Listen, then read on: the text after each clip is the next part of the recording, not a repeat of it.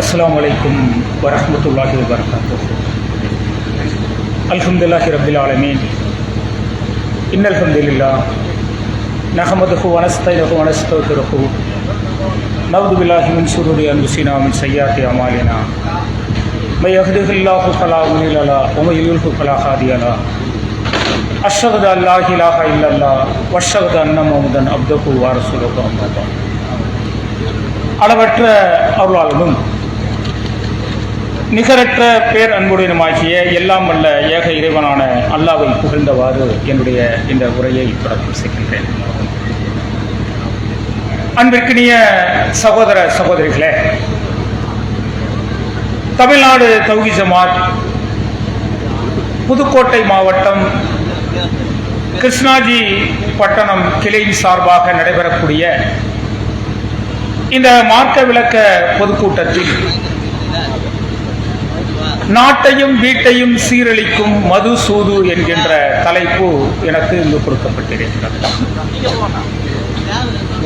இந்த தலைப்பின் அவசியம் இன்றைக்கு இருக்கக்கூடிய ஒரு கடினமான சூழ்நிலை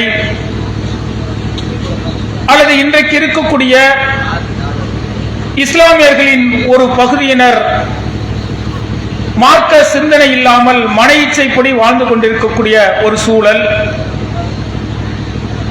இவர்கள் இம்மையிலும் வெற்றி பெற வேண்டும், மறுமையிலும் வெற்றி பெற வேண்டும் என்கின்ற ஒரு உயரிய நோக்கத்தோடு இந்த தலைப்பை, இந்த பொதுக்கூட்டத்தை ஏற்பாடு செய்திருக்கக்கூடிய நிர்வாகிகள் வழங்கியிருக்கிறார்கள். இஸ்லாம் என்று சொன்னாலே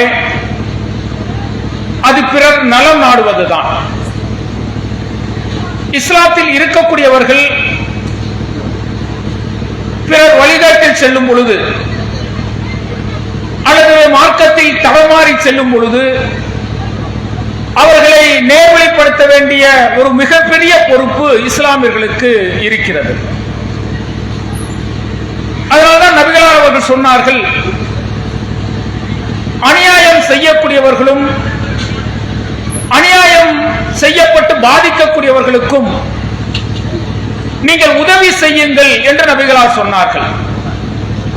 அப்போது தோழர்கள் கேட்டார்கள், அல்லாஹ்வின் தூதரே, அநியாயத்தால் பாதிக்கப்பட்டவருக்கு உதவி செய்வது சரி, அநியாயம் செய்கின்றாரே அவருக்கு எப்படி உதவி செய்வது என்று கேட்டார்கள்.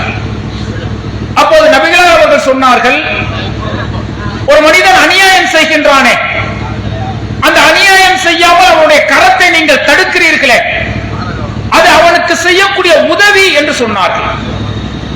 அவன் இன்றைக்கு ஒரு தரப்பினர் மக்களை பாதிக்கக்கூடிய, மக்களுக்கு கேடு விளைவிக்கக்கூடிய ஒரு நிகழ்வை செய்கிறார்கள். அந்த நிகழ்வினால் ஒரு பெருக்கூட்டம் பாதிப்புக்கு உள்ளாகிறார்கள். அந்த பாதிப்பை செய்கிறார்களே, அந்த பாதிப்புக்கு காரணமாக இருக்கிறார்களே, அவர்கள் அதற்கு காரணமாக இருக்கும் போது அவர்களை தடுக்க வேண்டிய பொறுப்பும் ஒரு மூமினுக்கு இருக்கிறது என்று நபிகளார் அவர்கள் சொல்கின்றார்கள். அப்ப மதுபாலை மட்டுமல்ல, ஒரு மனிதன் இணை வைப்பில் இருக்கிறான் என்று சொன்னால், படைத்த ரப்பை மட்டுமே வணங்காமல் இந்த பூமியில் அவனால் படைக்கப்பட்டவர்களை வணங்கிக் கொண்டிருக்கிறான் என்று சொன்னால், அவனை நேர்வழிப்படுத்த வேண்டிய பொறுப்பும் கடமையும் நமக்கு இருக்கிறது என்பதை இந்த இஸ்லாமிய மார்க்கம் உணர்த்துகிறது.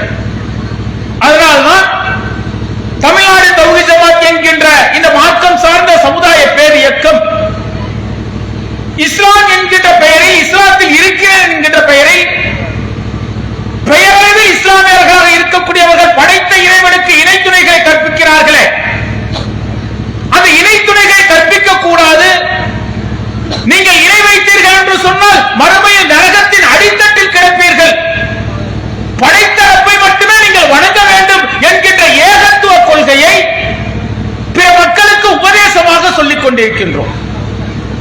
ஒருவன் ஏகத்துவ கொள்கையை சொல்லும் பொழுது, இந்த உலகத்தில் மனிதன் வாழ்ந்து கொண்டிருக்கின்றானே, அவன் தன் மன இச்சைப்படி தன்னுடைய வாழ்க்கையை வாழக்கூடாது. ஒரு மனிதன் பிறந்ததிலிருந்து மரணிக்கிற வரை அவன் எப்படி வாழ வேண்டும் என்கின்ற அனைத்து வழிகாட்டுதலையும் படைத்த இறைவனும் அவன் அனுப்பிய தூதரும் நமக்கு வழங்கி இருக்கிறார்கள்.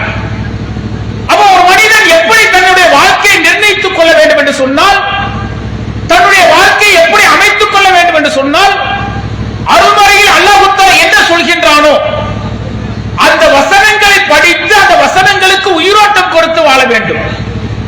நபிகள் எப்படி வாழ சொன்னார்களோ அந்த முறையை தெரிந்து கொண்டு தன்னுடைய வாழ்க்கையும் வாழ வேண்டும். அப்ப ஒரு மனிதன் பிறந்ததிலிருந்து மரணிக்கிற வரை அவன் வாழ வேண்டிய அத்தனை வழிமுறைகளையும் அல்லாஹ்வும் அல்லாஹ்வுடைய தூதர் நமக்கு சொல்லி இருக்கிறார்கள். அப்ப மன இச்சைப்படி இந்த பூமியில் வாழ முடியுமா என்று சொன்னால் நிச்சயமாக வாழ முடியாது. அப்ப மனிதர்கள் அல்லாஹ்வுடைய தூதர் அவர்கள் காட்டி தந்த வழிமுறைக்கு மாற்றமாக அல்லாஹ் கொடுத்த வழிமுறைக்கு மாற்றமாக நடக்கும் பொழுது அவர்களுக்கு நாம் பிரச்சாரம் செய்ய வேண்டும். அவர்களை அழகிய முறையில் இந்த பூமியில் அவர்கள் வாழக்கூடிய முறையில் அவர்களை நேர்வழிப்படுத்த வேண்டிய மிகப்பெரிய பொறுப்பு நமக்கு இருக்கிறது. அதனால்தான் வரதட்சணையால் பெண்களுக்கு ஏற்பட்ட கொடுமைகள் இருக்கிறது. அது சொல்லி மாறாது. ஒரு பெண்ணை திருமணம் செய்ய வேண்டும் என்று சொன்னால் கிலோ கணக்கில் தங்கம் கொடுக்க வேண்டும் என்கின்ற நிலையெல்லாம் இந்த நிலத்தில் இருந்தது. ஆனால் ஒரு அழகிய மகனுக்கு, ஆண் மகனுக்கு வரதட்சணை வாங்குவது அழகல்ல. நபிகளார் அவர்கள் சொல்கிறார்கள், மகர் கொடுத்து திருமணம் செய்ய வேண்டும் என்று சொல்கிறார்கள். அல்லாஹ் தஆலா வலியுறுத்துகின்றான், குறைந்த செலவில் செய்யக்கூடிய திருமணத்தில் தான் என்னுடைய அருட்கொடை இருக்கிறது என்று ரப்புல் ஆலமீன் சொல்கின்றான். அதன்படி நம்முடைய வாழ்க்கை அமைத்துக் கொள்ள வேண்டும். இந்த உலகத்தில் கிடைக்கக்கூடிய அற்பமான இன்பங்களுக்காகவோ பெருமை பெற்ற வேண்டும் என்பதற்காக நாம் பிரச்சாரம் செய்கின்றோம். இப்படி அந்த போதையினாலும் மதுவினாலும் அந்த சூதாட்டத்தினாலும் மக்கள் கெட்டுக் கொண்டிருக்கிறார்கள், அதனால் அவர்கள் வழிமாறிக் கொண்டிருக்கிறார்கள் என்று இஸ்லாமியர்களுக்கே சொல்ல வேண்டிய ஒரு வேதனையான நிலை நமக்கு வந்திருக்கிறது. பிறருக்கு சொல்லலாம், இஸ்லாத்தில் இருப்பவர்கள் மன இச்சைப்படி வாழ முடியாதில்லை, தன்னுடைய இறைவன் என்ன சொல்லி இருக்கிறான் என பார்க்க வேண்டும், எனக்காக அனுப்பப்பட்ட தூதர் என்ன உபதேசம் சொன்னார்கள் என்பதை ஒவ்வொரு விஷயத்திலும் பார்க்க வேண்டும். ஆனால் அல்லாஹ் தஆலா சொல்லவில்லை, அல்லாஹ்வுடைய தூதர் அவர்கள் வழிகாட்டவில்லை. ஆனால் இன்றைக்கு இஸ்லாமிய இடத்தில் மதுவும் போதையும் சூதாட்டமும் இன்றைக்கு புரையோடி கிடைக்கிறது. அவர்களுக்கு பிரச்சாரம் செய்ய வேண்டிய ஒரு நிலைக்கு நாம் தள்ளப்பட்டு இருக்கின்றோமே, மிகப்பெரிய வேதனையாக இருக்கிறது. யார் இவர்கள்? அல்லாஹ்வை ஏற்றுக்கொண்டவர்கள், அல்லாஹ்வுடைய தூதரை ஏற்றுக்கொண்டவர்கள் இன்றைக்கு மதுவினால் தங்களுடைய வாழ்க்கையை இழந்து நிற்கிறார்கள் என்பது வேதனையில் வேதனையான விஷயம். எப்படிப்பட்ட வேதனை தெரியுமா? வார்த்தைகளால் சொல்ல முடியாத அளவிற்கு இன்றைக்கு இஸ்லாமிய இளைஞர்களும் இஸ்லாமியர்களில் ஒரு கூட்டமும் மதுவுக்கும் போதைக்கும் அடிமையாகி கிடைக்கிறார்களே, அது வெட்கக்கேடான ஒரு நிகழ்வாக பார்க்கப்படுகிறது. நீங்க பத்திரிகையை போட்டி பாருங்கள், பத்திரிகை செய்தியை நீங்கள் பார்த்தீர்கள் என்று சொன்னால் மது போதைக்கு அடிமையானவர்கள் அல்லது போதைப் பொருளை கடத்தியவர்கள் யார் என்ற அந்த செய்தியை நீங்கள் பார்த்தீர்கள் என்று சொன்னால் நாம் திக்கிட்டு போய் நிற்க வேண்டும். எப்படி இந்த சமுதாயம் இப்படி மாறி நிற்கிறது என வியந்து போய் பார்க்கக்கூடிய அளவிற்கு அந்த பத்திரிகையில் என்ன இருக்கிறது என்று சொன்னால், 1000 கிலோ கஞ்சாவை கடத்தியவன், 100 கிலோ ஹெராயினை கடத்தியவன் யார் என்று சொன்னால் இஸ்லாமியர்களுடைய பெயர்கள் இருப்பது மிகப்பெரிய வெட்கக்கேடாக இருக்கிறது. எப்படி இவர்களால் முடிகிறது? மார்க்கம் சொன்ன உபதேசம் என்ன? எதை இறைவன் தடுத்திருக்கின்றானோ அதை இன்றைக்கு வியாபாரமாக அதில் கிடைக்கக்கூடிய செல்வத்தை பெறுவதற்காக இன்றைக்கு ஒரு கூட்டம் போதைப் பொருட்களை கடத்துவதும் விற்பதும் இன்றைக்கு செய்து கொண்டிருக்கிறார்கள் என்று சொன்னால் அது எவ்வளவு பெரிய கடுமையாக கண்டிக்க வேண்டிய நிகழ்வு என்பதை நீங்கள் பாருங்கள். சமீபத்தில் நீங்க ஈசிஆர் பகுதியை எடுத்துக்கொண்டால் தமிழகத்திலே எங்கும் இல்லாத அளவிற்கு பல்வேறு வகையான போதைப் பொருட்கள் கடத்தப்பட்டு வருகிறது, கையும் களவுமாக பிடிக்கப்பட்டார்கள் என்று உளவுத்துறையும் காவல்துறையும் பத்திரிகை செய்திகளும் சொல்லிக் கொண்டிருக்கிறது. அதிலும் இஸ்லாமியர்கள் அதிகம் வாழக்கூடிய பகுதிகளில் இந்த நிகழ்வு நடக்கிறது என்பது வேதனைக்குரிய நிகழ்வாக இல்லையா? என்ன நினைக்கிறார்கள்? மிக குறுகிய காலத்தில் செல்வந்தராக மாறிவிட வேண்டும், செல்வத்தை அதிகம் அதிகம் ஈட்டிவிட வேண்டும், செல்வ செழிப்போடு பெயரோடு புகழோடு வாழ வேண்டும் என்று சொன்னால் எப்படியானும் வருமானம் ஈட்ட வேண்டும் என்கின்ற ஒரு நோக்கத்தில் இன்றைக்கு இஸ்லாமியர்கள் இருக்கிறார்கள். மறுமையை பற்றிய சிந்தனை இல்லாமல் நான் ஈட்டிய வருமானம் ஹலாலான முறையில் இருக்க வேண்டும் என்று படைத்த ரப்புல் ஆலமீன் சொல்கின்றானே, நீ ஈட்டிய வருமானத்தை குறித்து மறுமை நாளில் கேள்வி கேட்கப்படும் என்று ரப்புல் ஆலமீன் எச்சரிக்கின்றானே, அந்த எச்சரிக்கை எல்லாம் மறந்து எப்படியாவது வருமானம் ஈட்ட வேண்டும் என்பதற்காக இன்றைக்கு இஸ்லாமியர்களில் ஒரு கூட்டம் போதைப் பொருள் கடத்தலிலும் போதைப் பொருள் விற்பனையிலும் அதை பயன்படுத்துவதிலும் இருக்கிறார்களே, வெட்கக்காரான நிகழ்வு இல்லையா? என்ன நடக்கிறது தெரியுமா? இஸ்லாமியர்களை குறிவைத்து இஸ்லாமியர்களுடைய அந்த ஓரிரை கொள்கையில் இருந்து அவர்களை தடமாற செய்வதற்கு ஒரு கூட்டம் என்ன செய்கிறார்கள்? போதைப் பொருளை நீங்கள் கடத்தினால், போதைப் பொருள் வியாபாரத்தில் நீங்கள் ஈடுபட்டீர்கள் என்று சொன்னால் மிகப்பெரிய செல்வத்தை ஈட்டலாம் என்கின்ற மூளை சேவை செய்யப்படுகிறார்கள். செய்யப்படுறான் ஒருத்தன், போதைப் பொருளை கடத்திக் கொண்டு வருகின்றான். கடத்திக் கொண்டு வந்து அவன் விற்பனை செய்யக்கூடிய இடம் எது தெரியுமா? ஒரு மனிதன் போதைப் பொருளை கடத்துவதற்கு ஏற்றுக்கொள்கிறான் என்று சொன்னால் அவனை சுற்றி ஒரு கூட்டம் இருக்க வேண்டும். அவனுக்கு பாதுகாப்பு தேவை. அவன் சொன்ன பணிகளை செய்வதற்கு ஒரு கூட்டம் இருக்க வேண்டும் என்பதற்காக அவன் யாரை தேர்ந்தெடுக்கிறான் தெரியுமா? இஸ்லாமிய இளைஞர்களை தேர்ந்தெடுக்கின்றான். அவனுக்கு தேவையான அத்தனை உதவிகளையும் செய்கின்றான். பொருளாதாரத்தை கொடுக்கின்றான், வாகன வசதிகளை கொடுக்கின்றான். உனக்கு என்ன தேவையோ நான் தருகின்றேன், என்னோடு இரு என்று அந்த இளைஞர்கள் மூளை சேவை செய்யப்படுகிறார்கள். அதனுடைய விளைவாக ஒரு பொருளை போதைப் பொருளை கடத்தக்கூடிய ஒரு நபர் என்ன ஆகிறார்? ஒரு இஸ்லாமிய இளைஞர்கள் கூட்டத்தை உருவாக்குகிறார். அந்த கூட்டம் என்ன செய்கிறது? எங்கேயாவது விற்கிறானா அப்படின்னா இஸ்லாமிய இளைஞர்களை குறிவைத்து அவர்களுக்கு அந்த போதைப் பொருட்களை விற்கக்கூடிய ஒரு அவலமான நிலை தொடர்கிறது. சிந்தித்து பாருங்க. கிருஷ்ணாஜி பட்டணம் இஸ்லாமியர்கள் நிறைந்த பகுதி. இந்த ஊரில் அல்லாஹ்வும் அல்லாஹ்வுடைய தூதரும் ஹராமாக்கினார்கள். அந்த போதை வஸ்தை பயன்படுத்தாத மக்கள் இருக்கிறார்களா? ஒரு கூட்டத்தினர் அதை பயன்படுத்துகின்றார்களே, அதை பற்றி அச்ச உணர்வு அவர்களுக்கு வேண்டாமா? இளைஞர்களை வழிகெடுக்கக்கூடிய ஒரு கூட்டம், அது இஸ்லாமிய இளைஞர்களை குறிவைத்து இன்றைக்கு போதைப் பொருட்கள் விற்பனை செய்யப்படுகிறது என்று சொன்னால் நம்முடைய சமுதாயம் எங்கே செல்கிறது என்று சிந்தித்து பாருங்கள். வணக்க வழிபாடுகளை மறந்து விட்டார்கள். படைத்த இறைவனை மறுமையில் சந்திக்க வேண்டுமே என்கின்ற அச்ச உணர்வு இல்லை. நரகத்தை பற்றிய அந்த பயம் இல்லாமல் இன்னைக்கு இளைஞர்கள் வழி தவறி சென்று கொண்டிருக்கின்றார்கள். அந்த நிலையை பார்த்து நாம் அச்சமடைய வேண்டாமா? எத்தனை எத்தனை போதைப் பொருள் தெரியுமாங்க? ஒரு காலம் இருந்தது, சாராய கடைக்கு போகணும் அப்படின்னு சொன்னா தலையில துண்டம் போட்டு போவாங்க. வெளியில போனா மக்கள் பார்த்தா அது அசிங்கமா இருக்குது என்று ஒரு காலம் இருந்தது. ஆனால் இன்றைக்கு காலம் எப்படி மாறிவிட்டது தெரியுமா? தண்ணி அடிப்பது ஃபேஷன்ங்கிற ஒரு நிலைக்கு வந்து விட்டதுங்க.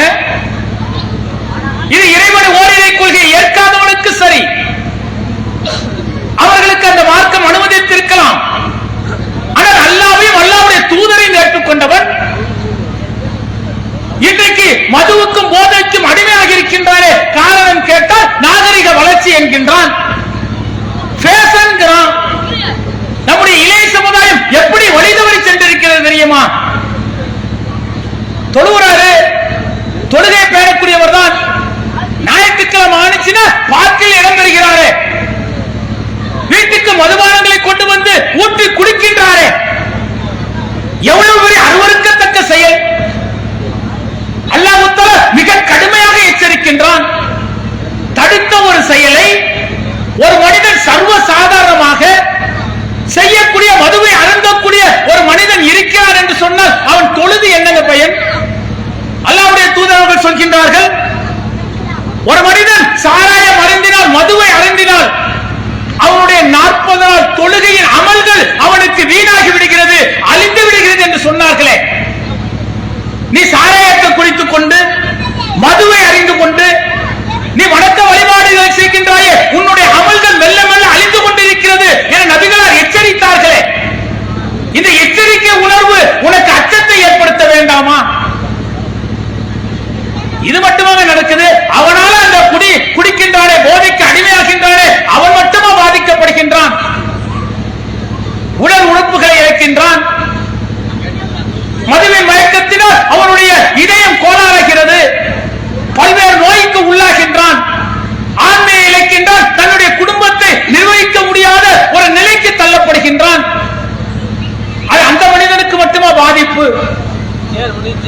ஒரு பெண் அவனை திருமணம் செய்திருக்கின்றாலே, அந்த இல்லற வாழ்க்கையில் ஈடுபடுகின்றாலே, ஒரு பெண் பெறக்கூடிய துயரத்தில் தெரியுமா?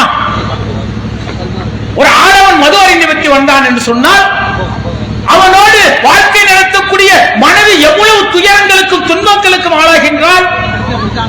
ஈட்டிய பெரிய வருமானத்தை பெரும்பகுதி போதைக்கு இந்த சாராயத்திற்கு செலவு செய்கின்றானே, அப்படிப்பட்ட ஒரு நிகழ்வு நடக்கிறதா இல்லையா? வீட்டில் நிம்மதி இழக்கிறார்கள், இன்பங்கள் இல்லாமல் போகிறது, வணக்க வழிபாடுகள் பறந்து போய்விடுகிறது. போதையில் அவன் மட்டும் தன்னுடைய வாழ்க்கையை இழக்காமல் தன்னுடைய மனைவி மக்களுடைய அத்தனை இன்பங்களையும் சுகங்களையும் இழக்கின்றானங்க. அவன் குடிப்பதை பார்க்கின்றான், அப்பாதானே குடிக்கிறாரு, நான் செஞ்சா தவறு என்ன என்று ஒரு இளைய சமுதாயம், அவருடைய குழந்தைகள் அந்த போதைக்கும் மதுவுக்கும் அடிமையாகிறார்களே. ஒரு பெண்ணோட நிலையை வச்சு பாருங்க. கணவன் தெரிஞ்சிருவான், கணவன் எப்படியாவது நேர்வழி பெற வேண்டும் என்பதற்காக அல்லும் பயிலும் கண்ணீர் விட்டு கதறிக் கொண்டிருக்கின்றார். ஆனால் கணவன் செய்யக்கூடிய அந்த தவறை மகன் செய்ய தொடங்கும் பொழுது ஒரு தாயாக நீங்கள் இருந்து யோசித்து பாருங்கள். எவ்வளவு துயரங்கள், எவ்வளவு துன்பங்கள், தன்னுடைய வாழ்க்கையே போய்விட்டது போல அவள் கதறுகின்றாளே. அப்படிப்பட்ட ஒரு நிகழ்வை இன்றைக்கு இஸ்லாமியர்கள் செய்கின்றார்களே, இது இஸ்லாம் சொல்லிக் கொடுத்த விஷயமா? குடும்ப தலைவர் இப்படி இருக்கிறான், நம்முடைய குழந்தைகள் இருக்கிறது, அவர்களை பக்குவமாக வளர்க்கின்றோமா? இறையற்றத்தோடு மார்க்க சிந்தனை ஊட்டி வளர்க்கின்றோமா? சிந்தித்து பாருங்கள். இன்றைக்கு நம்மை சுற்றி போதைப் பொருட்கள் சர்வசாதாரணமாக விற்பனை செய்யப்படுகிறது. குறிப்பாக இஸ்லாமிய இளைஞர்களை, இஸ்லாமிய கூட்டத்தை அழிக்க வேண்டும் என்பதற்காக சில தீய சிந்தனை கொண்டவர்கள் அதற்கான முயற்சிகளை செய்கின்றார்கள். பள்ளிக்கூடத்துக்கு போறாங்க மாணவன், எத்தனாவது?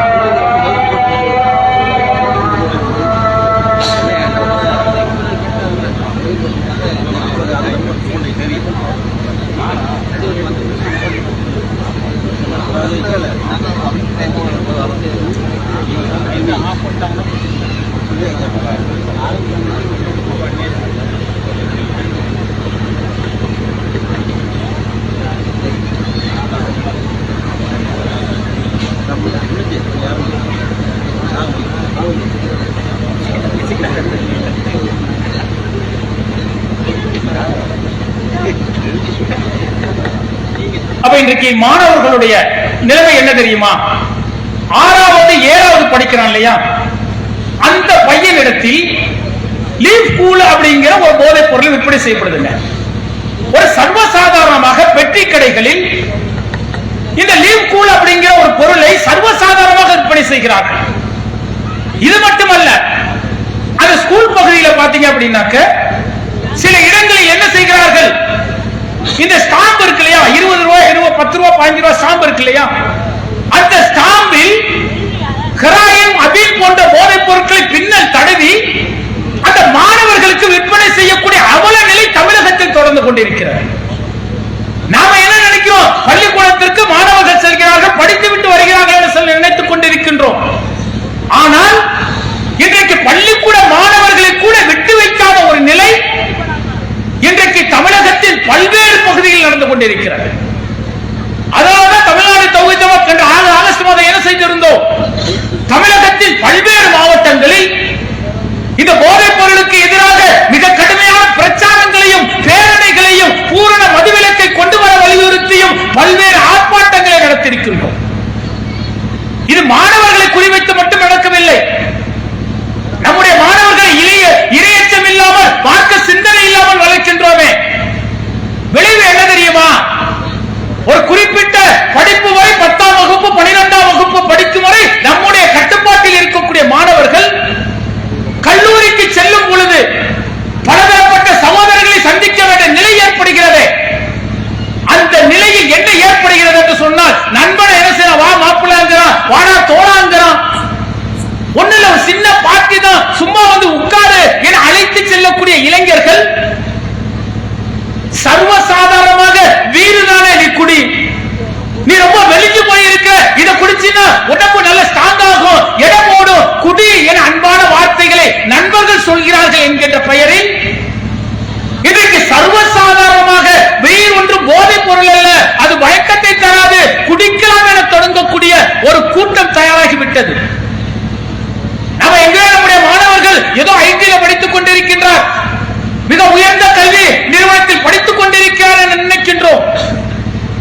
ஆனால் அவர்கள் சக தோழர்களோடு பழகும் பொழுது நாகரீக கலாச்சாரம் என்ற பெயரில், நண்பர்களுடைய வற்புறுத்தல் என்ற பெயரில், நண்பன் சொல்கின்றான் என்கின்ற அன்பான அழைப்பின் பெயரில் மதுவிற்கு இவர்கள் அடிமையாகிறார்கள் என்று சொன்னால் நிலைமை என்ன தெரியுமா? ஏன் இந்த நிலை சிந்தித்து பாருங்கள். எப்படி மாணவர்களை வளர்க்க வேண்டும், நம்முடைய குழந்தை செல்வங்களை எப்படி வளர்க்க வேண்டும் என்று நபிகளார் கற்றுக் கொடுத்திருக்கின்றார்களே. நீங்க சிறிய வயதில் இருந்து அவர்களுக்கு இறையச்சத்தை ஊட்டவில்லை என்று சொன்னார், படைத்த ரப்புல் ஆலமீன் எதை ஹராமாக்கி இருக்கின்றார், எதை தடுத்திருக்கின்றார், அந்த தடுத்த விஷயத்தை செய்தால் நரகத்தில் எப்படிப்பட்ட வேதனை கொடுக்கப்படும் என்கின்ற அந்த மறுமையை பற்றிய நரகத்தை பற்றி அச்சமூட்டுதல் இல்லை என்று சொன்னார். அவர்கள் இது போன்ற நிலைக்கு தடுமாறக்கூடிய நிலையில் பார்க்கின்றோம். இது போன்ற நிலை இன்றைக்கு ஆண்களுக்கு மட்டுமல்லங்க, சர்வசாதாரணமாக பெண்களிடத்திலும் இந்த நிலை வந்திருப்பதை நீங்கள் மறுக்க முடியாது. நீங்க சமூக ஊடகங்களை பாருங்க, சர்வசாதாரணமாக பெண்கள் மது அருந்தக்கூடிய புகைப்படங்களும் வீடியோக்களும் இன்றைக்கு மக்களிடத்தில் ட்ரெண்டிங் ஆகிக் கொண்டிருக்கிறது என்று சொன்னால், பெண்களையும் மெல்ல மெல்ல இந்த மதுவிற்கு அடிமையாக்கக்கூடிய நவீன கலாச்சாரம் இன்றைக்கு தமிழகம் முழுவதும் பரவி இருக்கிறது. அவன் நம்மை சுற்றி நிறைய அழகான விஷயங்கள், நாம் தடுக்க வேண்டிய பல்வேறு விஷயங்கள் நடக்கிறது. ஆனால் நம்முடைய குழந்தைகள் இன்றைக்கு வழிமாறக்கூடிய நிகழ்வில் இருக்கிறார்களே, அவர்களை பற்றி நாம் சிந்தித்திருக்கின்றோமா? ஒரு பெற்றோராக இருந்து சிந்தித்து பாருங்கள். நம்முடைய குழந்தை மறுமையில் நரகத்திற்கு செல்லக்கூடாது என்பதை அக்கறை காட்டக்கூடிய நான், இந்த இம்மையில் அவன் நேர்மையாக இறையச்சத்தோடு இந்த இம்மை வாழ்வும் அவனுக்கு சிறந்து விளக்க வேண்டும் என்று சொன்னால் அவனுக்கு நாம் கொடுக்கக்கூடிய மார்க்க கல்விதான் அவனை நேர்வழிப்படுத்தும் என்பதை மறந்துவிடக் கூடாது. உலக கல்விக்கு முக்கியத்துவம் கொடுக்கின்றோமே, ஒரு பள்ளிக்கூடத்தில் சேர்க்கணும் அப்படின்னா நம்ம ஊரை விட்டு வெளியூருக்கு சென்று அந்த இடங்களில் இருந்து அந்த பள்ளிக்கூடத்தில் சேர்ப்பதற்காக அத்தனை ஏற்பாடுகளை செய்யக்கூடிய நாம், அவன் இம்மையிலும் சிறப்பாக இருக்க வேண்டும், மறுமையிலும் வெற்றி பெற வேண்டும் என்று சொன்னால் அவனுக்கு மார்க்க கல்வி அவசியம் என்பதை உணரணுமா இல்லையா? இன்னைக்கு பலர் வருகிறாங்க, என் மகன் இன்னைக்கு போதை குடிப்பழக்கத்தில் அவன் அடிமையாகி விட்டான், சீரழிந்து விட்டது, அவனுக்கு கவுன்சிலிங் செய்யுங்க, அவனை எப்படியாவது நேர்வழிப்படுத்துவதற்கு அவனுக்கு உபதேசம் செய்யுங்கள். எந்த வயதில் வந்து சொல்கின்றார்கள்? 18 வயது, 20 வயது, 22 வயதில் இருக்கும் பொழுது அவன் போதைக்கு அடிமையாகிவிட்டான், அவனை நேர்வழிப்படுத்துவதற்கு உபதேசம் சொல்லுங்கள் என்று சொல்லுகிறீர்களே. ஆரம்பத்திலேயே அவர்களுக்கு மார்க்க சிந்தனை பற்றி கொடுத்திருந்தால், இறைவன் தடுத்த விஷயத்தில் அவனுக்கு எச்சரிக்கை ஊட்டி இருந்தால் அவன் நேர்வழி பெறுவானா இல்லையாங்க? அப்ப இன்றைக்கு இஸ்லாமியர்கள் வழி தவறக்கூடிய நிகழ்வுகளை சிந்தித்து பாருங்கள். ஒரு கட்டம் இருந்ததுங்க, எப்படி தெரியுமா? மது போதைக்கு ஒருவன் பயன்படுத்துகிறான் என்று சொன்னால் அவனை புறம் தள்ளுவார்கள், அவனிடத்தில் பேசுவதை வெட்கமாக நினைத்தார்கள். ஆனால் சர்வசாதாரணமாக நம்முடைய குடும்பத்தில் நம்மை சார்ந்த ஒருவர் இன்றைக்கு போதைப் பொருளை பயன்படுத்தக்கூடிய நிலைக்கு தள்ளப்பட்டிருக்கிறார்கள் என்றால் இஸ்லாமியர்களுடைய நிலைமை என்ன? சிந்தித்து பாருங்களேன். இந்த ஈசிஆர் பகுதிகளில் மட்டும் தொடர்ச்சியாக செய்திகள் வந்து கொண்டே இருக்கிறது. தொடர்ச்சியாக போதைப் பொருட்களை பயன்படுத்துகின்றார்கள், கஞ்சாவை விற்பனை செய்து கொண்டிருக்கிறார்கள். இதை தடுக்க வேண்டும் என்று எந்த சமூக ஆர்வலர் மக்களிடத்தில் போய் காவல் நிலையத்தில் சொல்கின்றாரோ, மக்களிடத்தில் விழிப்புணர்வு பிரச்சாரத்தை ஏற்படுத்துகின்றாரோ, அவருக்கு எந்த உயிர் உத்தரவாதம் கிடையாது. அவரை எந்த நேரத்திலும் கொலை செய்வார்கள் என்கின்ற ஒரு யதார்த்தமான நிலை இருக்கிறது. இதே ராமநாதபுரம் கீழக்கரை அந்த பகுதியில் நம்முடைய ஜமாத்தை சார்ந்தவர்கள் கஞ்சா விற்பனை செய்கிறார்கள், கஞ்சாவை பயன்படுத்துகிறார்கள் என்பதற்காக அதை கண்டித்ததற்காக நம்மை கொலை செய்வதற்கு அவர்கள் தயாராகிவிட்டார்கள், கத்தியால் குத்திவிட்டார்கள் என்று சொன்னால் எப்படிப்பட்ட ஒரு நிலை மாறி போகிறது? அவன் வேறு யாரும் இல்ல, இஸ்லாத்தை சேர்ந்தவனாக இருக்கின்றானே. அப்ப அரசாங்கத்திடத்தில் பாதுகாப்பை தேடலாம், அரசாங்கத்திடத்தில் போதை பழக்கத்தை நிறுத்துவதற்கான அத்தனை வழிகாட்டுதலையும் கேட்கலாம். ஆனால் அரசாங்கம் செய்கின்றதா? அரசாங்கம் செய்யவில்லையே. நீங்க இன்றைக்கு பார்த்தீர்கள் என்று சொன்னால், இன்றைக்கு திராவிட முன்னேற்ற கழகம் ஆட்சிக்கு வரும் பொழுது என்ன தேர்தல் வாக்குறுதியை கொடுத்தார்கள் தெரியுமா? தமிழகத்தில் இருக்கக்கூடிய 5000க்கும் மேற்பட்ட டாஸ்மாக் மது விற்பனை நிறுவனங்களை நாங்கள் மெல்ல மெல்ல குறைப்போம் என கூறினார். அப்படித்தான் சொல்லி ஆட்சிக்கு வந்தால் பல்லாயிரக்கணக்கான பெண்கள் மகிழ்ச்சி அடைந்தார்கள். இஸ்லாமியர்கள் அல்ல, இஸ்லாம் அல்லாத பல்லாயிரக்கணக்கான பெண்கள் தமிழகத்தில் பூரண மதுவிலக்கு வந்துவிடும், நம்முடைய வாழ்க்கை இன்றைக்கு ஒளிரப் போகிறது என்ற நம்பிக்கையோடு வாக்களித்தார்கள். வாக்களித்தவர்கள் ஏமாற்றப்பட்டிருக்கிறார்கள். சட்டமன்றத்தில் அன்றைக்கு இருந்த செந்தில் பாலாஜி சொன்னார், இன்றைக்கு நாங்கள் 500 கடைகளை மூடப் போகின்றோம், மெல்ல மெல்ல மது விலக்கை நாங்கள் தமிழகத்தில் கொண்டு வரப் போகிறோம் என்று சொன்னார். அந்த 5000 மது விற்பனை நிறுவனங்கள் இன்றைக்கு குறைந்திருக்கிறதா சிந்தித்து பாருங்கள். அந்த நிறுவனத்தில் சில கூட குறைக்கப்படவில்லை. ஆண்டுக்கு மட்டும் பார்த்தீங்கன்னா 40,83,000 கோடி ரூபாய், 40,000 கோடி ரூபாய் கிட்ட வருமானம் ஈட்டுகின்றார்கள். அவர்கள் இதை மூடுவதற்கு தயாராவார்களா? மதுவிலக்கு என்கின்ற மிகப்பெரிய கேள்வி நம்மிடத்தில் எழுந்திருக்கிறது. அவ எப்படி நேர்வழி பெறுவது? நம்முடைய குழந்தைகளை, நம்முடைய சந்ததியினரை, நம்முடைய பெற்றோரை, நம்முடைய தந்தையை எப்படி காப்பாற்றுவது? மார்க்க சிந்தனை மட்டும்தான் காப்பாற்றும், இறையச்சம் மட்டும்தான் காப்பாற்றும். உடனே ஒருவன் குடிக்கு அடிமையாகிவிட்டால் அவனை திருத்தவே முடியாது என்பதெல்லாம் அல்ல, அவனை திருத்த முடியும். எப்படி திருத்த முடியும்? ஒரு குடிக்கு போதை என்பதை அவனுக்கு தெரியாத அளவிற்கு அவன் கடுமையான தீய வார்த்தைகளை பேசுகின்றான், புண்படும்படியான வார்த்தைகளை பயன்படுத்துகின்றான். ஒரு ரோட கடந்து போறான், எப்படிங்க கடந்து போறான்? நேரம் போக வேண்டிய ரோட்டை ஒரு 1/2 கிலோமீட்டர் கடப்பது போல தெற்கும் வடக்குமாக கடந்து கடந்து செல்கின்றானே. ஒரு சிறிய பள்ளத்தை மிகப்பெரிய ஒரு 1 கிலோமீட்டர் பள்ளம் இருக்கிறது போல அதை கடப்பதற்கு அவன் முயற்சி செய்கின்றானே. அறிவை இழக்கின்றான், அறிவு மழுங்கி போகிறது. ஆடைகள் எல்லாம் வீசிவிட்டு ரோட்டில் படுத்து கிடக்கின்றானே. அது போன்ற நிகழ்வை அவனுடைய வீடியோ எடுக்கணும். ஒரு மனிதனாக இருக்கும் பொழுது எப்படி இருந்தாய்? நீ மது அருந்த பிறகு உன்னுடைய நடவடிக்கை என்ன? அவனிடத்தில் காட்டுங்கள். வெற்றி போவான், தலைகுனிந்து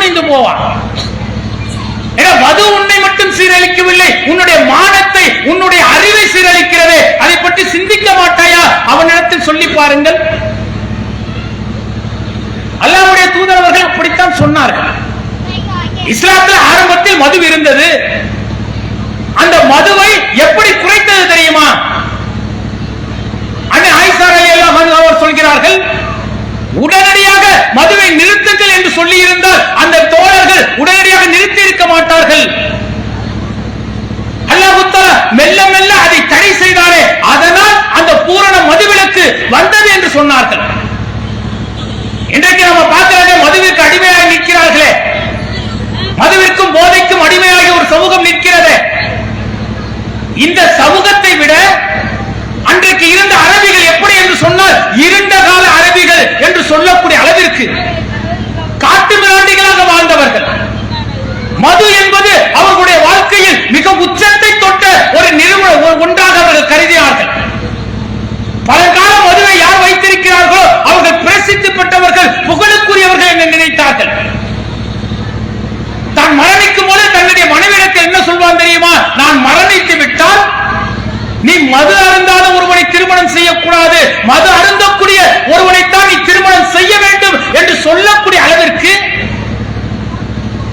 அவர்கள் மதுவில் மூழ்கி கிடந்தார்கள்.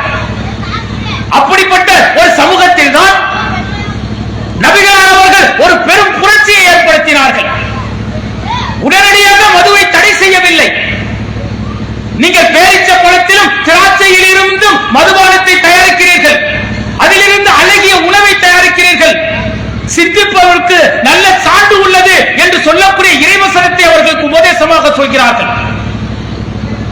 நீ பேரிச்ச பழத்திலும் திராட்சையில் இருந்து மதுவை தயாரிக்கின்றாய், அதிலிருந்து அழகிய உணவை தயாரிக்கின்றாய், அறிவுடையவருக்கு சான்று உண்டு என்ற புல்லாளன் சொல்கின்றானே, அந்த இடத்தில் மது என்பது தீமையானது, அழகிய உணவு என்பது நல்லது என்பதை அல்லாஹ் தஆலா மெல்ல சுட்டி காட்டுகின்றான்.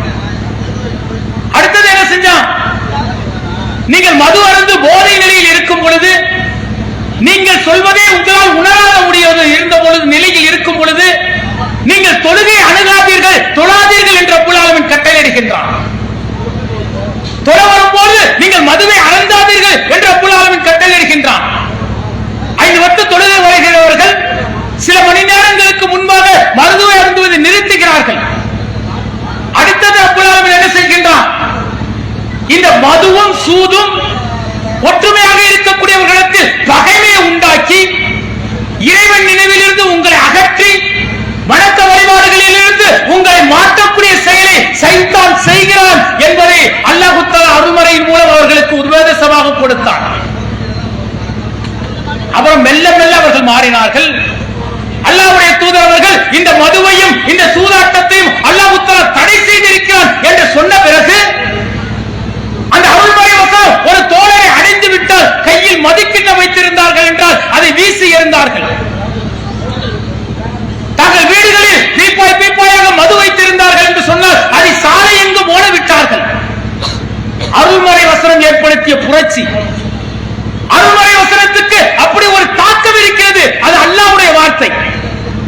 இந்த இறையச்சத்தை நம்முடைய சகோதரத்தில் சொல்லுங்கள், நம்முடைய தந்தையிடத்தில் சொல்லுங்கள்.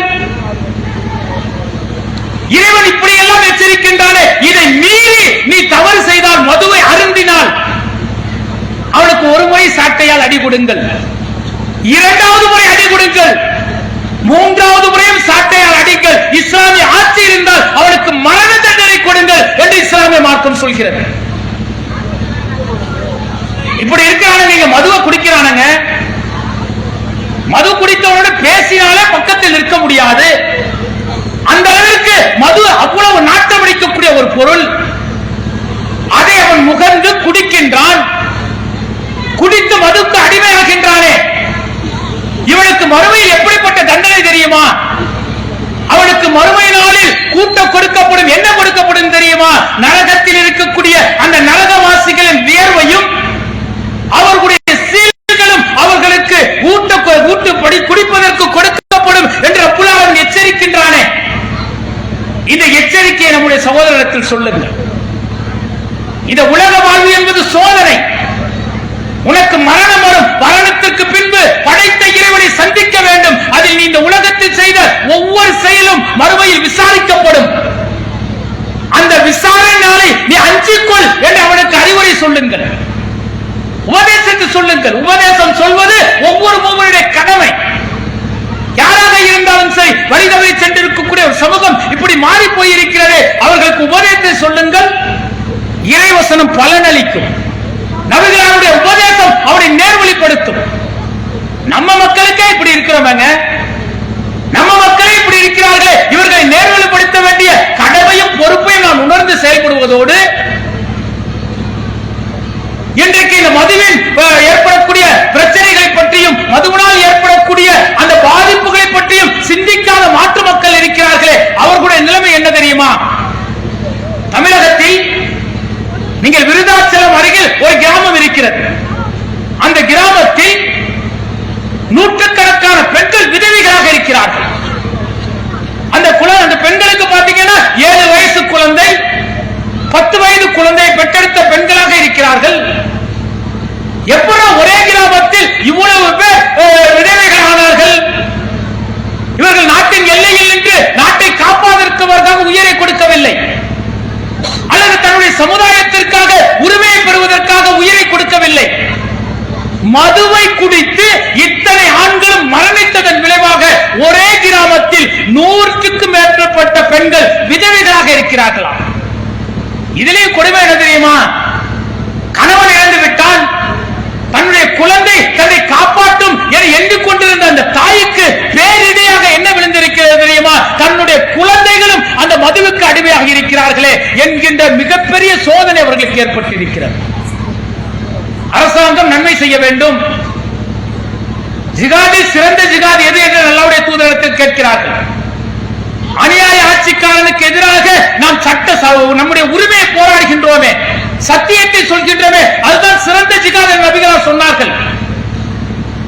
ஆனால் இன்றைக்கு ஒரு கூட்டம் மக்களை அழித்துக் கொண்டிருக்கிறது. மது போதையினால் ஒரு கூட்டம் அழிந்து கொண்டிருக்கிறார்கள். ஆனால் அதில் ஒரு கூட்டம் பிழைத்துக் கொண்டிருக்கிறது. அதை இன்றைக்கு ஆட்சியாளர்கள் செய்து கொண்டிருக்கிறார்களே, அவர்களுக்கு எதிராக நாம் சத்தியத்தை சொல்ல வேண்டாமா? இந்த மது போதையினால் எப்படிப்பட்ட இழப்புகள் ஏற்படுகிறது, எப்படிப்பட்ட பாதிப்புகள் ஏற்படுகிறது என்பதை நாம் சொல்ல வேண்டாமா? நாம் சரியாக இருக்க வேண்டும். நம்முடைய சமுதாயத்தை நேர்வழிப்படுத்திவிட்டு அவர்களுக்கு பிரச்சாரம் செய்ய வேண்டும். இப்படி ஒரு நிலைமை இருக்காங்க. மதுவிற்கும் போதைக்கும் ஒரு பெரும் கூட்டம் பலியாகி கொண்டிருக்கின்றார்களே. உச்சநீதிமன்றம் ஒரு உத்தரவிடுகிறது, உடனடியாக ஹைவேயில் இருக்கக்கூடிய டாஸ்மார்க்குகளும் எடுக்க வேண்டும் என்கிறார்கள். காரணம் என்ன தெரியுமா? நாட்டில் நடக்கக்கூடிய விபத்துகளில் 97% விபத்துக்கள் மதுவை அருந்துவதை, மதுவை அறிந்துவிட்டு வாகனம் ஓட்டுவதனால் நடைபெறுகிறது என்கின்ற அந்த கருத்தின் அடிப்படையில் ஹைவேஸில் இருக்கக்கூடிய டாஸ்மாக் எல்லாம் நீக்க வேண்டும் என்று உடனடியாக எடுக்க வேண்டும் என்று உச்சநீதிமன்றம் ஆணையிடுகிறது. நம்ம அதிகாரத்தில் இருக்க என்ன செஞ்சான் தெரியுமா? ஹைவேல இருக்குல்ல டாஸ்மார்க், அதை எடுத்து குறுக்கு சாலை, குறுக்கு ரோடு போகும்ல, அதுல 200 மீட்டர் தள்ளி வச்சுட்டான். போர்டுக்கு வச்சுட்டா டாஸ்மார்க் உள்ளே இருக்கிறது என்று. இவன் மக்களை காப்பாற்றுவானா? இவன் மதுவில்லாத ஒரு அரசாங்கம், பரிபூர்ண ஒரு நாட்டை உருவாக்குவதற்கு முயற்சி செய்வானா? காரணம் என்ன? மதுவின் மூலம் இவனுக்கு கிடைக்கக்கூடிய வருமானத்தை இழப்பதற்கு தயாராக இல்லை. மது என்பது ஒட்டுமொத்த மக்களையும் சீரழிக்கிறது என்பதை பற்றி அவன் கவலைப்படவில்லை. எத்தனை எத்தனை கொடுமைகள், கொஞ்சம் கொஞ்சம் கொடுமைகள் அல்ல. மதுவினால் இறக்கக்கூடியவர்கள் எண்ணிக்கை மட்டும் ஆண்டிற்கு 6 லட்சம் பேர் என்றால் சிந்தித்து பார்க்கணும் இல்லைங்க. கள்ளசாராயம் குடித்தார்கள் கள்ளக்குறிச்சியில், 50க்கும் மேற்பட்டவர்கள் மரணித்தார்கள். போதைப் பொருட்கள் சர்வசாதாரணமாக தமிழகத்தில் உலாவுகிறது என்கின்ற செய்தி வருகிறது. தமிழக முதலமைச்சர் சொல்கின்றார், யார் போதைப் பொருளை கடத்துகிறாரோ அவருக்கு 10 ஆண்டு கடுங்காவல் தண்டனை என்கிறார். அவருடைய சொத்துக்கள் பறிமுதல் செய்யப்படுகிறார். கள்ளச்சாராயை விட்டால் அவர்கள் உடனடியாக 1 ஆண்டு 3 ஆண்டு குண்டர் சட்டத்தில் கைது செய்யப்படுவார் என்கின்றார். தமிழக அரசை யார் காப்பாற்றுகிறது? யார் கைது செய்கிறது? கள்ளச்சாராயை விட்டா போதைப் பொருள் கடத்தினால் அவர்களுக்கு சிறை தண்டனை, கடுமையான தண்டனை என்கிறது தமிழக அரசு. கள்ளச்சாராயம் குடிச்சா அன்றைக்கே மரணித்து நல்ல சாராயத்தை குடித்தால் அவன் மெல்ல மெல்ல மரணிக்கின்றானே, மெல்ல மெல்ல மரணித்து அவனுடைய குடும்பத்தை சீரழியக்கூடிய நிலையில் வீதியில் நிறுத்தக்கூடிய நிலையை செய்கின்றானே, அது இன்றைக்கு தமிழக அரசு செய்து கொண்டிருக்கிறதா இல்லையா? அவன் இன்றைக்கு அரசாங்கத்தை நம்பி பிரச்சனை இல்லை. அரசாங்கம் ஒருபோதும் மக்களுக்கு நன்மை செய்யும் என்று நம்பினீர்கள் என்றால் இந்த மதுபோதை விஷயத்தில் நாம் ஏமாந்துதான் போவோம். அவன் யாரு திருந்தனும்? நம்மளா பார்த்து திருந்தனும். இந்த மதுபோதைகள் எப்படிப்பட்ட விளைவுகளை ஏற்படுத்துகிறது? மதுபோதைக்கு ஆளானவன் அவனுடைய இருதயம் அவனுக்கு பலகீனமடைகிறது, இருதயத்தில் ஓட்டை விழுகிறது, கல்லீரல் சீரழிந்து போகிறது, நரம்பு தளர்ச்சி ஏற்பட்டு ஆண்மையற்றவனாக மாறுகின்றான். இது மதுவுக்கு மட்டுங்க. அதை விட்டுவிட்டு நீங்கள் இந்த ஹெராயின், கஞ்சா போன்ற போதைப் பொருட்கள் இருக்கிறதே, அவனுடைய ஒட்டுமொத்த மூளையும் சீரழிக்கக்கூடிய நிகழ்வை செய்கிறது. புதிய சிந்தனைகள் அவனிடத்தில் உருவாவதில்லை, மனைவி மக்களை பற்றிய கவலை ஏற்படுவதில்லை, வருமானம் ஈட்ட வேண்டுமே என்கின்ற அக்கறை இல்லாமல் அவன் அழிந்து போகின்றான். சர்வசாதாரணமாக போதைப் பொருட்கள் சர்வசாதாரணமாக விற்கக்கூடிய நிலைமை இருக்கிறது. அதை கட்டுப்படுத்துவதற்கு இன்றைக்கு தமிழக அரசாங்கம் கடுமையான நடவடிக்கை எடுத்திருக்கிறதா? சிந்தித்து பாருங்கள். கொஞ்ச நெஞ்ச பாதிப்புகள் அல்ல. இஸ்லாமியர்கள் ஒருபுறம் பாதிக்கப்படுகிறார்கள் என்றால் இஸ்லாம் அல்லாதவர்களும் ஒருபுறம் பாதிக்கப்படுகிறார்கள். ஆனால் மிகப்பெரிய சாதனையை புரிந்தது போல, மிகப்பெரிய ஒரு இலக்கை அடைந்தது போல, பொங்கல், தீபாவளி போன்ற பண்டிகை நாட்கள் இருக்கிறது. அதற்கு பிறகு வரக்கூடிய செய்தித்தாள்களை நீங்கள் பார்த்தீர்கள் என்றால் தமிழகத்தில் 750 கோடி ரூபாய்க்கு மது விற்பனை சாதனை. இது ஒரு அரசாங்கத்தின் சாதனையா?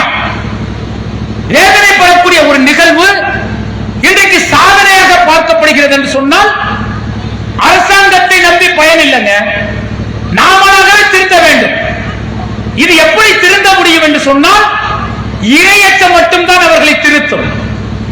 மது அருந்தினர் அவர்களுக்கு சிறை தண்டனையோ அவர்களுக்கு மரண தண்டனையோ கிடையாது இந்த உலகத்தில்.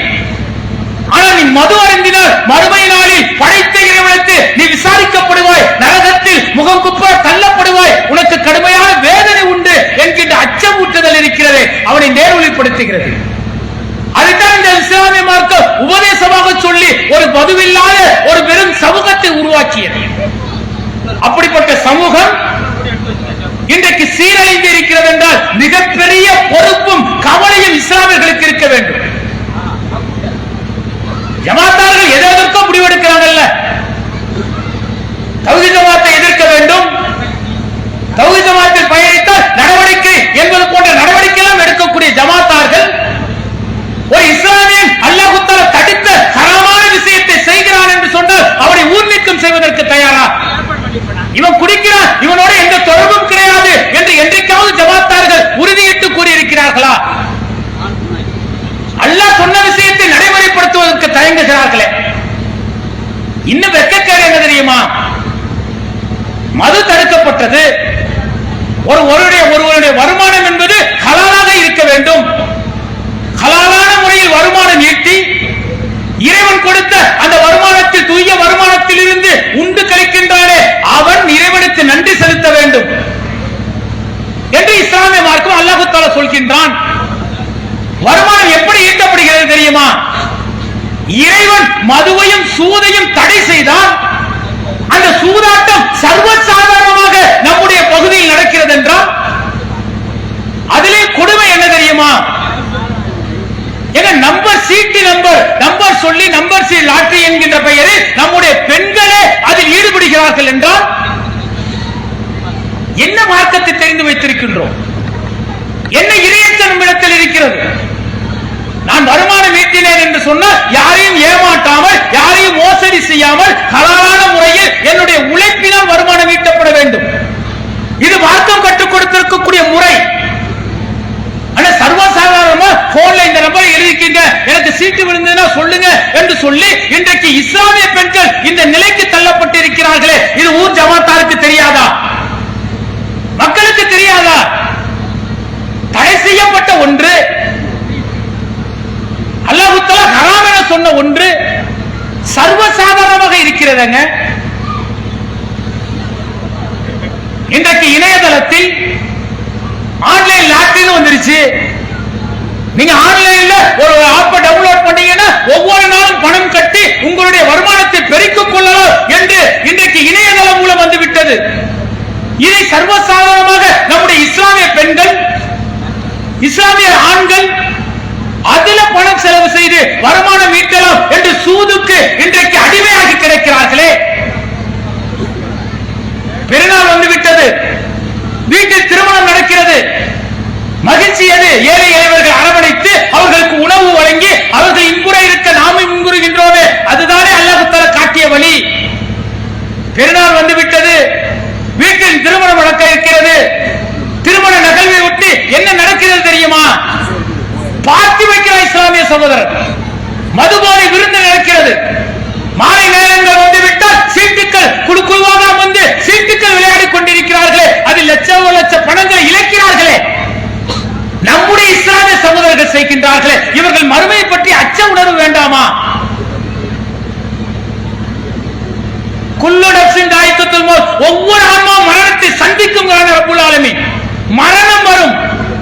அந்த மரணத்திற்கு முன்பாக மறுமைக்காக நீங்கள் என்ன சேர்த்து வைத்திருக்கிறீர்கள்? இந்த உலக வாழ்வு ஒரு சோதனை, இதில் அழகிய செயலுக்குரியவர்கள் யார் என சோதிப்பதற்காகத்தான் நான் வாழ்வை கொடுத்திருக்கின்றேன், மரணத்தை கொடுத்திருக்கிறேன் என்று ரப்பல் ஆலமீன் சொல்கின்றார்.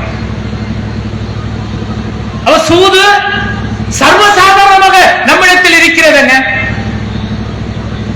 சீட்டாட்டத்தின் மூலம் வருமானம் ஈட்டுவதற்காக இரவு பகல் பாடாமல் ஒரே இடத்தில் இருக்கின்றான். அதே இடத்தில் தன்னுடைய செல்வத்தை எல்லாம் இழக்கின்றான். மனைவி போய் கையை பிடிச்சு இழுத்துட்டு வர, பத்திரிகை வீட்டுக்கு வாங்க, போது உடுங்க அது அப்படிங்கிறாளே, கண்டுகொள்ளாமல் இருக்கின்றானே கணவன். எவ்வளவு துயரங்கள் கொஞ்ச நெஞ்ச துயரமாக நடக்குது. ஆன்லைன் மூலம் பல லட்சம் ரூபாய் இழந்தவர்கள் தற்கொலை செய்து கொண்ட சம்பவம் உண்டு. தமிழகத்தில் மட்டும் 36க்கும் மேற்பட்டவர்கள் ஆன்லைன் சூதாட்டத்தின் மூலம் தன்னுடைய லட்சக்கணக்கான பணத்தை இழந்ததற்காக தற்கொலை செய்து கொண்டிருக்கிறார்கள். ஆன்லைன்ல ஒரு மோசடி. கொஞ்சமாக பணம் கட்டும் பொழுது 2 மடங்கு பணம் கிடைப்பது போல ஒரு ஆசையை ஏற்படுத்துகின்றான். அதுபோல ஆப்ல சில செட்டப்புகளை செய்து வைத்திருக்கின்றான். 1000 கட்டா 2000 கிடைக்குது, 4000 கட்டா 10,000 கிடைக்குது, 10,000 கட்டா 20,000 கிடைக்குதுன்னு 5 லட்சம் ரூபாய் கட்டும் பொழுது அப்போ வந்து போயிருது, அடிச்சுட்டு போயிடறானே. இது ஆன்லைன்ல இருக்கக்கூடிய ஒரு சூதாட்ட மோசடி. இதை பற்றியெல்லாம் சிந்திக்கவில்லை. எப்படியாவது வருமானம் விட்டுவிட வேண்டும், அது எந்த வழியில் வந்தாலும் சரி என்று இந்த பூமியில் வாழக்கூடிய மனிதன் மரணம் வருமே, மரணம் வந்தால் அடுத்த வினாடி நம்முடைய நிலைமை என்ன சிந்தித்து பார்க்கணுமா இல்லையா? ஒரு நல்ல சமுதாயம் உருவாக வேண்டும் என்று சொன்னால் எந்த தீங்குகள் வந்தாலும் சரி, ஊரு ஃபுல்லா டாஸ்மார்க்குங்க. ஏன் பாண்டிச்சேரி, காரைக்கால் போன்ற பகுதிகளில் சுத்தி பார்த்தீங்கன்னா இங்க இருக்கக்கூடிய ஆபரண கடைகள் இருக்கிறது, தங்க ஷோரூம் இருக்கிறது, அது போல பார்த்தீங்கன்னா டாஸ்மார்க் கடைகள் அங்கு அலங்காரம் செய்யப்பட்டு இருக்கிறது. ஆனால் ஆயிரக்கணக்கான இஸ்லாமியர்கள் வாழ்கிறார்கள். ரொம்ப சொற்பத்தில் சிலர் மட்டும்தான் அதில் அடிமை. ஆனால் பெரும் கூட்டம் நேர்வழியில் இருக்கிறார்கள். என்ன காரணம் தெரியுமா? எவ்வளவு தடுக்கப்பட்ட விஷயங்கள் வந்தாலும் சரி, எவ்வளவு நம்மை சுற்றி மதுபானங்கள் கடைகள் திறந்தாலும் சரி, சூதாட்ட கிளம்புகள் இருந்தாலும் சரி, என்னுடைய இறைவன் இதை தடுத்திருக்கின்றான். நான் செய்யக்கூடிய ஒவ்வொரு செயல்களும் என்னிடத்தில் பதிவு செய்யப்படுகிறது. அது குறித்து மறுமை நாளில் நான் இறைவனிடத்தில் பதில் சொல்ல வேண்டுமே என்கின்ற அச்ச உணர்வு அவர்களை நேர்வழிப்படுத்திக் கொண்டிருக்கிறது. எது நேர்வழிப்படுத்தும்? இறையச்சம் நேர்வழிப்படுத்தும், அருள்மறை வசனம் நேர்வழிப்படுத்தும். அல்லாஹ்வுடைய அந்த அச்ச ஊட்டுதல் இருக்கு, மறுமையில் கொடுக்கக்கூடிய தண்டனை இருக்கிறது, அந்த தண்டனை மனிதர்களை நேர்வழிப்படுத்தும். உலகத்தில் அற்பமான இன்பங்களுக்கு தானே சூதாடுறான், அற்பமான இன்பங்களுக்கு தானே மது அருந்துகின்றான். இது நிரந்தரமா? இது நிரந்தரம் அல்ல, மரணத்தை சந்திக்கக்கூடியது. ஆனால் மறுமை வாழ்வு மரணம் இல்லாத வாழ்வு. அந்த மறுமை வாழ்வில் ஒருவன் வெற்றி பெறுகிறவன் மரணம் இல்லாமல் சொர்க்கத்தில் இன்பத்தை அனுபவிக்கின்றான். ஒருவன் தோல்வி, ஒருவன் மரணம் இல்லாமல் நரகத்தில் வேதனை அனுபவிக்கிறான் என்று சொன்னால் நம்முடைய வாழ்வை சீர்படுத்த வேண்டிய கடமையும் பொறுப்பும் இருக்கிறதா இல்லையா? ஒவ்வொருவரும் சிந்திக்க வேண்டும். நாம் நேர்வழிப்பட்டிருக்கின்றோம், அந்த நேர்வழி பிறரையும் கொண்டு வர வேண்டிய முயற்சியில் இருக்க வேண்டும். மதுவினாலோ போதையினாலோ அல்லது செல்வத்திற்காக மதுவிற்கு அடிமையாகவோ அல்லது விற்பனை செய்யக்கூடிய நிலையில் நம்முடைய சகோதரர்கள் இருந்தால் அவர்களுக்கு இறையச்சத்தை ஏற்படுத்துங்கள், மறுமையை பற்றிய சிந்தனையை ஊட்டுங்கள். நம்முடைய குடும்ப பெண்கள் இது போன்ற சூது போன்ற விஷயங்களில் ஈடுபட்டிருந்தால் அது நிறைவு இருக்காது, அதில் வருத்தம் இருக்காது. மறுமையில் அது குறித்து கேள்வி கேட்கப்பட்டால் கை சேதப்பட்டு நிற்க வேண்டிய நிலை வரும் என்பதை அவர்களுக்கு உணர்த்துங்கள். சொற்ப வருமானம் நிறைவு இருக்கும். அல்லாஹ் தஆலா காட்டித் தந்த வழிமுறைப்படி ஹலாலான முறையில் வருமானம் ஈட்டுங்கள், கொஞ்சமாக உண்ணுங்கள், கொஞ்சமாக நிறைவாக இருங்கள் என்றால் அது கஷ்டம் இருக்காது, நிறைவு இருக்கும், மன நிகழ்ச்சி இருக்கும், மறுமை வெற்றி கிடைக்கும். அப்ப நம்முடைய வாழ்க்கையில் ஒவ்வொரு நிகழ்வும் படைத்த இறைவனால் செதுக்கப்பட்டிருக்கிறது, இறை தூதரால் வழிகாட்டப்பட்டிருக்கிறது. நான் காலணி அணிகிறேன் என்றால் என்னுடைய தூதர் எப்படி அணிய வேண்டும் என்று சொல்லியிருக்கிறார். நான் கழிவறைக்கு செல்ல வேண்டும் என்றால் என்ன துஆவை ஓத வேண்டும் நபிகளால் கற்றுக் கொடுத்திருக்கிறார். நான் இல்லற வாழ்க்கையில் ஈடுபட வேண்டும் என்றால் நான் எப்படி இருக்க வேண்டும் என்னுடைய தூதர் கற்றுக் கொடுத்திருக்கிறார். மரண தருவாயில் என்னுடைய நாவுகள் என்ன சொல்ல வேண்டும் படைத்த ரப்புல் ஆலமீனும் இறை தூதரும் கற்றுக் கொடுத்திருக்கிறார்கள். அப்ப அங்குலம் அங்குலமாக அணு அணுவாக என்னுடைய வாழ்க்கையை சீர்படுத்திக் கொள்வதுதான் ஒவ்வொரு மூவியுடைய கடமையாக இருக்கும்.